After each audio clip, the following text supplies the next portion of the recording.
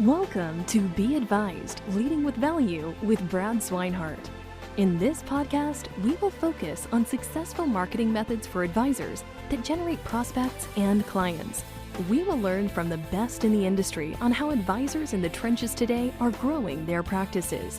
Join us for this journey where Brad draws from years of expertise and guest experts to help advisors reach their full potential.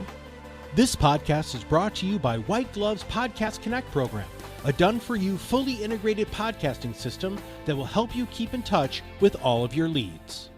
It isn't what you know, it's the people you know. And Cody Askins can help you with that. Cody has developed a system to land more appointments and get the most out of leads. The founder of the 8% Nation is Brad Swinehart's guest. Now, Brad, Cody has worked on motivation with hundreds of teams, and he offers insights for insurance agents and agencies. Now, Cody and I have been friends for quite a while now. And I remember, oh man, it must have been 3 or 4 years ago. You called me and were like, hey, we got this 8% Nation thing going on. And I was like, what the heck is that? And now I feel like I can't turn a corner without seeing a billboard somewhere with your beautiful face on it. So you guys are crushing it in this space. Bro. Appreciate that. So I wish I had a real billboard, but thank you. Well, the last event I went to, I mean, your face was like 2 stories tall. It was huge. It was great. I think I even had a sticker with your face on it. So put that on my lunchbox or something, carry that around with me. I love it, man. Appreciate that. So you really just nailed it when it comes to getting in front of agents and advisors and providing them with really significant value. I talk to a lot of agents that get out of those events and they're just like, man, this is the best event I've ever been to. I learned so much. Cody was great on stage. He commands the audience. So just tons and tons of positive stuff. Before we get into some of that value that you bring, tell me a little bit about you, man. Like, let's talk your life. Let's talk, how the heck did we get here? How do you get that perfect 5 o'clock shadow at 11 o'clock in the morning? I need to know. There you go. The trimmer is called a peanut. Okay, in case you're wondering, it's a peanut. It's freaking awesome though. Okay. Super side note. Man, life is good. My wife and I just added not a child because we don't have kids yet, but a second dog. Okay, so that's something I've never talked about on a podcast, which is an animal in any way ever. No, life's good, man. We're having fun. Building a couple businesses, helping agents and advisors and just pushing forward, continue to build the brand and have some fun along the way. I think a lot of people in business, they start out, they have this like really cool concept of building this special business, it's named after them or whatever, right? And then we just keep pushing on it. And then over time, we have like no friends and we have no team members and we have this like business that we built in a box that we're like naturally control freaks of. And we end up building what we call a prison or a jail. And then we end up hating our life and we just don't have any fun, so I'm trying not to do that, which is why I've got a bunch of incredible, amazing people with cameras in my face as we speak. So I love that. And it's when you're building a business, it's so easy to get distracted and wrapped up in your image, or, not like your image, but your image of the business, right? This is exactly how I planned it out. This is my schematics. I need this down to a T. And I think a lot of advisors can relate to that when they're building their business, right? Mm-hmm. Like, this is how I planned on doing it. And people a lot smarter than me have always said, yeah, you hire smart people, you hire passionate people, you hire people with, shared vision, but not identical, and you just let them run with it. And I think too often the type A personalities that we might be or might work with control that to death. That's right. Yeah, totally. I mean, there's 2 ways to build a business, right? To really scale a company. One is with a brand, right? Which is awesome. And I'm someone naturally, I think a lot of people that are listening can relate to this. I know you can for sure with what y'all built, is I would rather attract people to me than just chase people forever, right? And really build something over time to where I've eventually got this attraction force of people coming to me every day, every minute, looking for help in some way, right? That's what we've built here with an amazing team and just doing that for almost 7 years now. We got about 58 days and we've been doing this for 7 years, the YouTube thing, right? And building a brand. Yeah. Second, 58 days, 7 hours and 42 seconds. Okay. The second is people. And it's interesting because when we grow up or we get into business, like nobody really teaches us that an agency is going to grow. We're going to make a bunch of money. Yeah, we're going to have financial freedom, but we're going to end up with this business that we know nothing about, running a business. And then we try to add people and HR and staff and operations and all this stuff. And then we end up with all these other additional pieces of things that we don't know anything about at all. And we make a million mistakes to try to figure it out. But the people piece is the piece that really fascinates me, right? I love the brand piece. Love it. We have hundreds of thousands of agents and advisors that follow us online in some capacity and that work with us or on our email list or been to our events or something.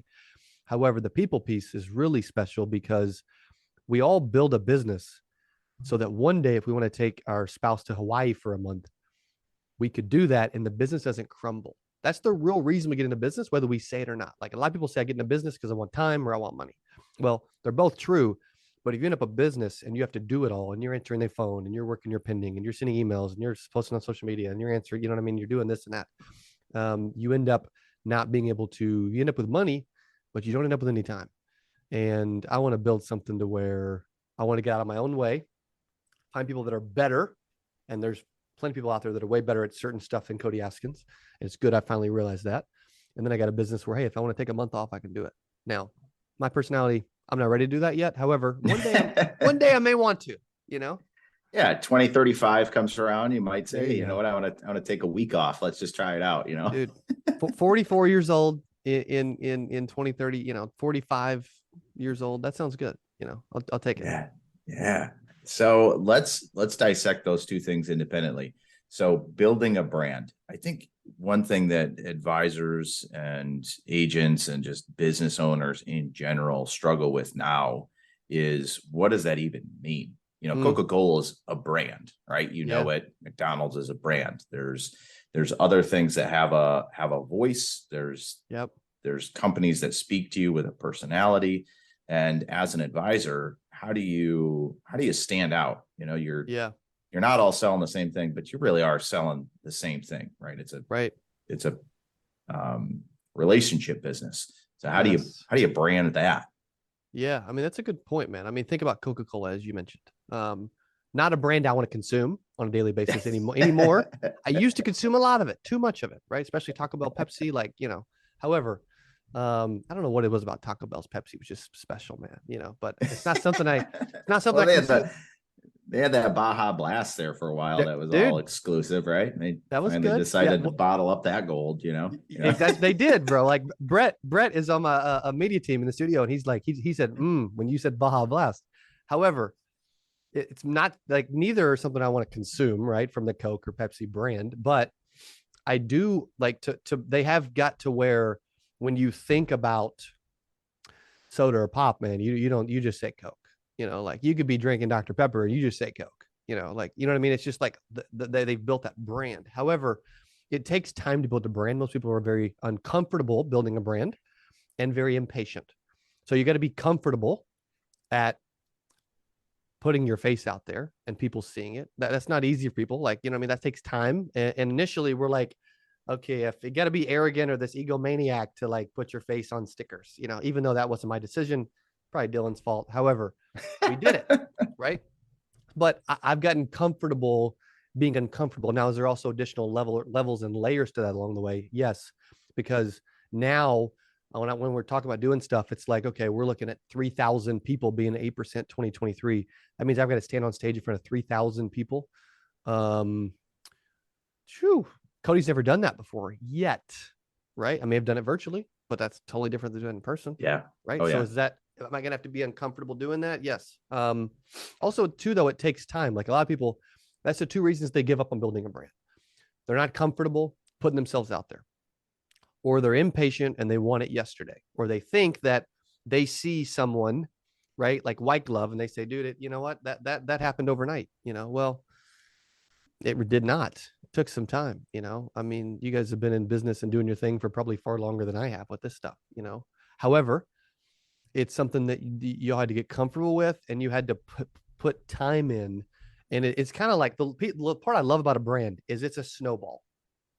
It's growing, it's stacking, it's building. Some moments you feel like you're pushing it up a hill, but it can still grow, but man, it's freaking a struggle, right? Other times it's just rolling downhill and it's just gaining momentum and speed and it's building. Well, that's a brand, but sometimes you got to push it up. Sometimes it rolls down. However, it doesn't mean you never stop pushing it uphill at some points too, you know? Yeah.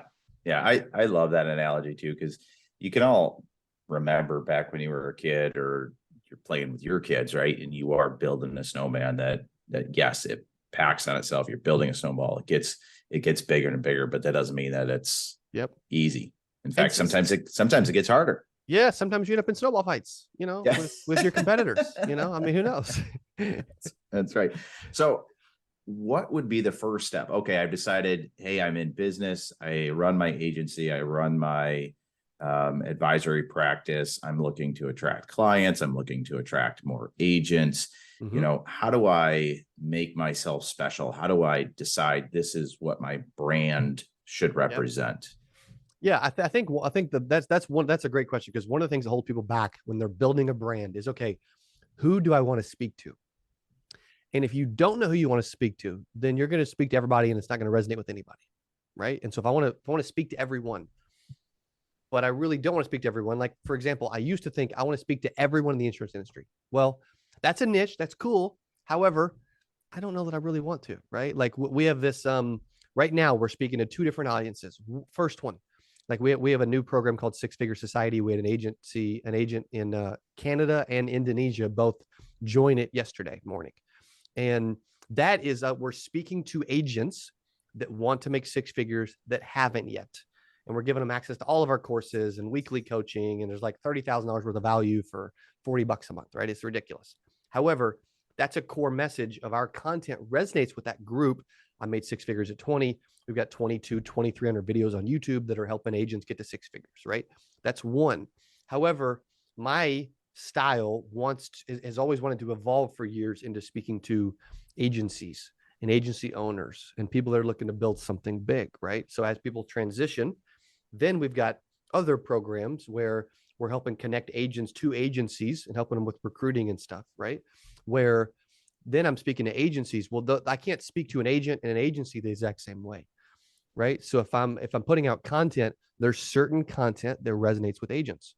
There's also certain content that resonates with agencies. Also, though, if you think about it and you're like, okay, how about the size of my audience that I'm targeting? There's way more agents that haven't made six figures yet than there are agencies that have. Okay. So the audience is bigger there. However, if you were building a business around helping one of those, there's more money in the agency piece because they actually have money, right? So right. Right. So you got to think about your brand and what that is. If it's a financial advisor, right? I think one of the things that, like, for example, if I had to go back to selling insurance, like I did for years and I loved, but I thought about it recently. I'm like, man, like I haven't actually sold an insurance policy. It's been over half a decade. Like, how ridiculous is that? However, if I did, I wouldn't go back because now I think bigger. I involve people. I involve branding. Like I think much differently than I did 12 years ago. Now I wouldn't think about selling like a bunch of little bitty stuff. You know, like before I was like, man, PDPs, like, you know, cha-ching, freaking dental plans, baby size life insurance policies, all phenomenal. Now I'm like, right now I'm like, if I was going to do something, maybe it'd be, you know, IULs, maybe it'd be annuities. Yeah. Right. Maybe I would want to level up and evolve at some point. I wouldn't want to just rinse and repeat and do the same thing and talk about the same thing forever and sell the same thing forever. Like I'm evolving from helping agents to agencies.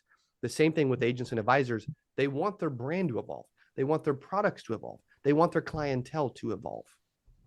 Yeah, I love that. And I talk to a lot of professionals that are looking to do just that. You know, you talk to the guy that specializes in Medicare, he's looking to get into annuities.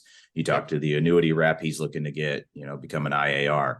You know, yes. You talk to the, you know, just a bigger or a smaller RIA that wants to be a bigger RIA and merge. And it's just all of evolution of services. And I think that part of that as well is not only just the idea of becoming more grandiose, but it's also now it can help more people. You know, if you help one agent who hasn't hit six figures yet, you're helping one agent. If you help an agency develop, well, now you've helped 100 agents. You know, and I think that, you know, knowing you for so long that's at your core. You know, there's things that motivate professionals out there. Sometimes it's money, sometimes it's time, sometimes it's helping people. And the the real special ones understand that it takes all three. Right? You can help more people if you have more money. If you have more time, you can make more money. If you make more money, you get more time, you can help more people. It all blends together. And that kind of brings us to your second point there is, how do you find the right people to help you with your business? I mean, it's crazy. You can't walk down the street right now without seeing 100 help wanted signs, right? From everybody in the world is hiring. I don't think it's nobody wants to work. I think unemployment is actually pretty substantially low compared to other points in history right now. I think that people have understood that now they want to work a job that they enjoy, that's a work-life balance, and that provides them with the life that they want. So how do you recruit the right people with the right mentality that identify with your brand? Yeah. So there's there's kind of multiple facets to this, right? So the hiring, I just made a few notes while I was thinking the hiring piece.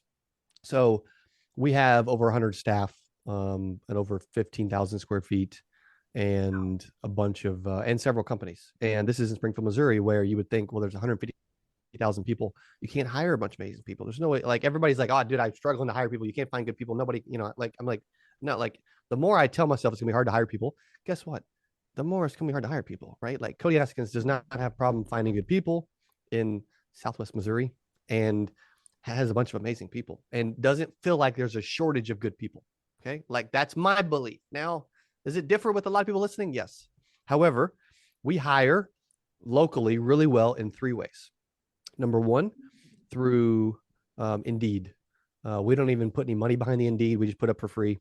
Phenomenal, right? We get a good amount of applicants. Does that go in waves, and is it a roller coaster, and is it always a perfect hire? No, but what is, right? That's one avenue. Yep. Second is through me posting on my social media, but I post in a different way. Like, I'll post hiring again. And I'll put like, when I post benefits, I'm not posting like, flipping, 401k and health insurance and dental, and like, hey, well, you can get glasses and like all the amazing fun stuff that millennials love. It's more of like the benefits of, hey, you get to hang out with celebrities and athletes at our events. You get to travel to Puerto Rico for a mastermind on a jet with the team. We took 4 helicopters to dinner back in April, and you would have got to have done that, right? Like, those are benefits. Those are cool. Those are exciting. Dental, not so much, right? So that's different. That's part of building a brand too, because we want to stand out. I want people locally. Like, I was on Table Rock Lake recently, and a few months ago, and I had a young lady stop me. I was getting off my boat that I had just bought, and that I pretty much almost wrecked multiple times because I suck at driving the boat, and I couldn't freaking park it. I finally do, and she said, "Hey, you don't know me. Here's my name, and you have someone that's on your team that's doing this. However, if they ever leave you, you call me, because I'm really good at this, and I would like to do this for you." And I'm like, dang, I don't even know this chick, right? But she had seen us online. She had some friends or whatever. However, that leads me to my third piece, which is warm market referrals. So like, the team is referring people, or what happens too is with that post, that Facebook post that I do for hiring, I'll put like, anybody that refers me, someone that we hire, I'll send you $250. And so then people start tagging their friends. Yeah. And it starts thinking, oh, Susie's looking for a job. Connor's looking for a job. Henry, you know what I mean? And so then that helps, right? But internal referral and people locally from my social are our best pieces for hiring, for sure. And one of the things that you alluded to here, and I just want to put an exclamation point behind it, is you've created a culture that people that work for you are willing to refer their friends, family, and people that they know.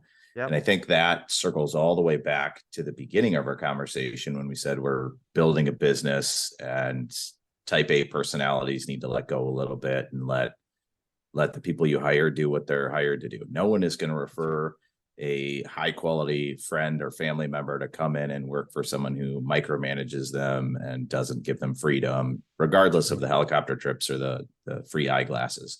So I think that culture of, giving them enough freedom to do their job correctly, and then guidance. I think one thing, I worked retail for many, many years and managed, 300 employees, and and now came in to White Glove at its infancy, built this business to 130 employees. And one of the things that often people misunderstand is they expect to put a job ad, put a posting out there and say, hey, I need someone that can do this, this, and this. And they expect that person to walk in on day one, and you set expectations. Day two, they start implementing. Day three, they're crushing it. They know everything. And that's just not how the job market works. No. People go to college for so many years, they get out and then they learn how to do a job. So what you should look for, and what we've always looked for, is attitude, coachability, and drive. Those are the things you can't teach. That's right. If you can find that, you're better off hiring on a culture fit than you are a skill set fit, in my personal opinion. So here's one thing to add to that too, which is cool, because people are like, well, how do you see the drive? Well, there's a few ways that can help. Yeah. Is it a perfect science? Maybe not. However, we have people that, we'll ask about their goals and what they want to accomplish. But one of the things we do is we put our sales hires through a DISC assessment and in a personality assessment. And on there, it will label them with like a word. Well, one of the salespeople we hired, their word came back as they were a D personality, but their word was the producer. Well, that's pretty good when you want someone to come in and produce, right? Well, what's interesting is that person outworks everybody else on our team, produces at a solid level and gets better every day, only been here a couple months, and is like just driven, So can you find people that maybe personality wise have a better chance of actually driving? Yeah, you can, if you really want to. Yeah, I love that. So we've talked about kind of building your brand, how to bring in the correct team. Let's talk about sales, marketing, business development, the stuff that you're just gosh darn good at. What if an agent comes to work for you, or now agencies come to kind of grab your expertise? What are some of the core things that you train on? Yeah, the main things that we work through with our team and with others is really building and plugging people into a consistent system. Most, like my personality, you could sell, hey, dude, you could say, hey, here's what you're going to make. Here's your commission. You can sell these 12 products. Go make money. I'm going to make a bunch of money. I just am. However, 95% ish of the salespeople that we bring in and that we work with, it would never fly. Like they would be gone in 7 days, 2 weeks, 3 weeks. Like they're just never going to make it. So if you think about it, if owners will stop thinking of the system as, well, dude, just plug me in and I'll freaking crush it. Yeah, but everybody's not you. A lot of people want to be intrapreneurs instead of entrepreneurs, which is also totally okay, because we're not all meant to own a business and go through the freaking crap that business owners go through. So we're constantly looking at how can we improve our system? How can one person run in one lane, prospect in this way, speak to these people, get in front of these exact type of people, and help them with this exact type of product, right? And the more you can do that to where it's duplicatable and replicatable, like as an example, when I was 20 and I made 6 figures, the goal was to book 15 appointments, to talk to seniors about life insurance, final expenses, to sit and run 10 appointments, and to sell 5. And that was my whole goal. If I can just book 15 through door knocking or cold calling, I'm going to find success, right? But I had which is terrible, like freaking cold calling and door knocking, right? White Glove can help a little bit with that. Stop doing that. However, you can start running in that lane. Well, you run in that lane enough, man, you start getting better at the pitch. You start getting better at like overcoming objections. You start getting better at the process. You start getting better at finding people. You start getting better at speaking to people. You start speaking their language. And most salespeople, one of the things we preach more than anything else, and we really just keep getting better at too, is plugging. 95% of people want to do one thing. They want to know how to do it, and they want to know how to do it well. And they want to wake up and do that every single day. Now, to me, that sounds boring as freak. However, 95% of sales personalities need that. Even though I don't, they do. This podcast is brought to you by White Glove's Podcast Connect program, a done-for-you, fully integrated podcasting system that will help you keep in touch with all of your leads. And I would actually agree with that. Working with our massive sales team here now, I mean, we have probably 50 that coordinate seminars and webinars. 25 of those are directly on the front line, finding new agents and advisors and saying, hey, this is what we do. This is our value prop. But, if you can, once you get in that groove, just like you said, I mean, they weren't constantly changing things on you when you were knocking on doors and making cold calls. You figured out your script. That didn't work. You adjusted. That didn't work. You just, okay, that kind of worked. And now you figured out, okay, this is how I approach people, right? Like you see the guy, the YouTube videos all the time with the guy, he's selling the magic spray, right? And he's just got all these one-liners after it. I mean, he didn't just wake up one day and say, oh, this is how I'm going to sell it, right? He had to develop confidence. He had to learn all of those things. And, let's take that one step further, because you are a master at this. When you understand your ideal client, your ideal prospect, when you understand what value you're going to bring to them, how do you take that message and relay it in mass? Because that kind of circles back to things that you do, right? You build a brand, you speak on stage, you talk to hundreds and thousands of people at a time, getting your message out there. I think a lot of advisors are trying to do that as well through podcasting and YouTube, and obviously public seminars and webinars and public speaking. How do you develop that talk track, if you will, or that keynote presentation that's going to drive your business forward? Yeah, I mean, I guarantee you guys already talk about this with some of the stuff that you do and recommend people do. However, there's one thing that most people think, okay, when I'm building a talk, webinar, in-person, keynote, whatever, their first thought is like, okay, what am I going to talk about? Who am I speaking to? What's the content? Which is all important. But even more important that I've probably lacked as a speaker along the way, and I've gotten better at over time, is stories of origin and sharing stuff about me, sharing those stories that make me who I am. Right. And also, like, I was even sitting in church on Sunday morning, and I started a new iPhone, a new notes tab. I probably have, 1,000 notes on my phone. And the note was new stories to tell. And I was thinking about these new stories to share and tell that I maybe have never shared before. Right. And you could use it on podcasts. Like, it's interesting.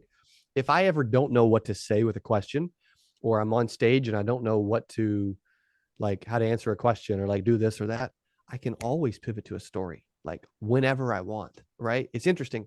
I was following a speaker around. We were speaking to different companies together. And I saw this person lose the audience, and people were on their phones. They weren't paying attention. And I'm like, wait, this guy's lost the room, man. Like, I can feel it. I can tell, I mean, you can start developing. Yeah. And, he pivoted to a story that I'd never heard him tell before, which was hilarious. And guess what? He stopped his whole content. As soon as he pivots to a story, people are on their phones and they go, and they start listening, man. Like, there's something special about stories, pivoting to stories, getting really good at stories, and sharing authentic stories about your life. One thing helps people love stories. Jesus spoke in parables. People love stories. And two, when people are telling stories, it's a way for the audience to connect with you. Now, is everyone can connect with every story you tell? No. But that's why when I give talks, my goal is to start with a story, end with a story, and sprinkle in other stories that relate to certain content pieces along the way.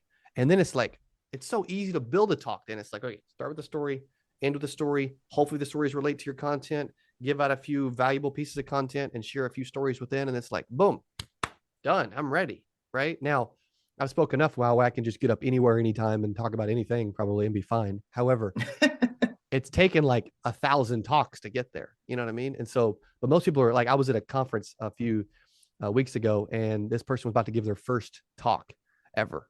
And they're like, I'm kind of nervous. This is my first talk ever. What do you recommend? I said, well, what stories are you going to tell? And they're like, well, what do you mean? I'm like, what stories are you going to tell? They're like, no, I'm talking about this. I'm going to train. I'm give out some content, some value. I'm like, that's great. But what stories are you going to tell? They're like, what do you mean? I'm like, you have to start with a story, end with a story. I don't care what else you do after that. Just do that. And I promise. Also, too, what happens is when you have a way to flow through a story, and it warms up the vocal cords. You start getting accustomed to the audience. The audience pays attention. They know they should pay attention to you the whole time because you trained them to pay attention. You also get like the nerves out. It's just, it's interesting how valuable that one single piece can be when speaking. I love that too, because when you're telling content, right, it's something that you've learned. It's something that you've dialed in, that the words, the talk track, it's very formulaic. It's very learned. And when you tell a story, your brain's you're just reacting, right? Yeah. And you're showing that hopefully that little personal side of you. And it does, it gets you more comfortable in your seat up there. It lets the audience know who you are. And even if they don't care at all what you're selling, what you're providing, what you're training on, they want to hear how the story ends, right? Yeah. That's just what they want to do. So totally agree with all of that, man. Thank you. I mean, we're running right up here on time. You're good, bro. Is there any, final message that you would love to just kind of shout out to the entrepreneurs that are listening on the show here today to see how do we get to Cody Askins' level of success? It's a lot easier than you think. I'll put it that way. Okay. It's a lot harder and easier than it is. Right. What's interesting is Cody's not happy with the level he's on. I get, if I feel like I've gotten comfortable or we plateau, I'm like, okay, I got to change things up. Like everything, you know what I mean? I'm just like, I feel lazy if we're just like moving along, like I'm not saying that's perfect. But here's one thing that I have learned is as an entrepreneur, we had this virtual conference a few years ago called, and we called it, the theme was, if you don't quit, you can't fail. Well, it made me think about it because we had these 8% yoga mats made up for one of our conferences one year. And I was on one of them stretching yesterday morning. And on the bottom of the yoga mat, it says, if you don't quit, you can't fail. Well, what am I doing right now? I'm sharing a couple stories, right? But I'm also tying it into a message. Well, what's interesting is I believe every entrepreneur can succeed at whatever level they want if they just don't quit. But there's times throughout a day, throughout a week, throughout a month where it's so easy to be like I'm in some freaking bogus scam frauds TCPA lawsuit right now. I've already spent 20 grand. There's no end in sight and it's freaking ridiculous. We didn't do anything wrong. It doesn't even matter. The point is there are moments in business where you're like, I just want to throw in the towel and I just want to flip and quit because I'm at my wit's end. I'm telling you what, I believe all of those challenges are a blessing. I believe the sacrifice we have to go through are a blessing. I believe lawsuits actually are a blessing. I believe people quitting, people getting fired. Like I believe you getting punched in the mouth every single day as you push this snowball up a hill is a massive blessing. Why? Because I believe blessings, I believe those problems, those challenges, and those trials make us better. So if you get better and you become a better leader and you learn more and you evolve more and you get tougher along the way, how is it not a blessing? So if you don't quit, you can't fail. I love that. And I'm not going to add anything to it because I think that's the perfect thing to end on. So Cody, if they want to, because they're going to want to reach out to you, they want to follow you, they want to check you out, learn a little bit more, how should they connect with you, man? I would say Instagram is a great place to start at Cody.Askins. We put up, behind the scenes stories all the time. Love for you to follow. I also watch all my messages and stuff there. I don't really watch messages or pay attention to any other social platforms as much, I'll be honest. Our YouTube channel probably means the most to me because I believe in building a long-term brand that's tied into SEO and Google along the way. We just hit 83,000, I think, agents subscribe to our channel at Cody Askins. We put out videos every single day. We literally just put out a video this morning that is called How to Make $10,000 a Week as a Life Insurance Agent. So we put out videos. Thanks to Dylan and our team. We're putting out videos every single day. And if you resonate with those and we can help, phenomenal. And hope to meet all of you soon. All right, Brad, how can people reach you? Well, my easiest platform is LinkedIn. Just shoot me a message, connect, open up. Happy to share anything that I have, as well as Cody's personal cell phone number. So just hit me up and I'll pass that out with no issue. Just give it out. Give it out. Now that's a story in there. All right, listeners, follow this podcast to hear from all of Brad's guests. And of course, please share with others. This podcast is brought to you by White Glove's Podcast Connect program, a done-for-you, fully integrated podcasting system that will help you keep in touch with all of your leads. Thank you for listening to Be Advised, Leading with Value with Brad Swineheart. Click the subscribe button below to be notified when new episodes become available. The information covered and posted represents the views and opinions of the guest and does not necessarily represent the views or opinions of White Glove. The content has been made available for informational and educational purposes only. The content is not intended to be a substitute for professional investing advice. Always seek the advice of your financial advisor or other qualified financial service providers with any questions you may have regarding your investment planning.